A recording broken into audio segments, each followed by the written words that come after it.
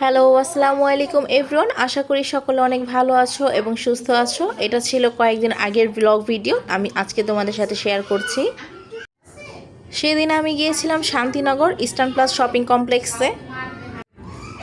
আমার ড্রেস কেনার বাকি ছিল, তো সেটার জন্য আজকে মূলত আমি গিয়েছিলাম। আমি প্রথমে চাচ্ছিলাম যে রেডিমেড ড্রেস কালেকশন কিনতে, যেগুলো তো স্টিচ, সেগুলি কিনতে চেয়েছিলাম। মার্কেটে প্রায় রোজার শেষের দিকে হওয়াতে তেমন রাশ ছিল না, একদম খালি খালি ছিল।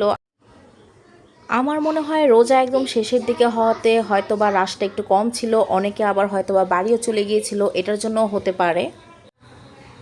তো যাই হোক, আমি এরপরে পাকিস্তানি কিছু লন দেখছিলাম আর কুর্তি কালেকশন দেখছিলাম, যেগুলো স্টিচ করা সেগুলো দেখছিলাম। আমি এখান থেকে কয়েকটা ভালোও লেগেছিল।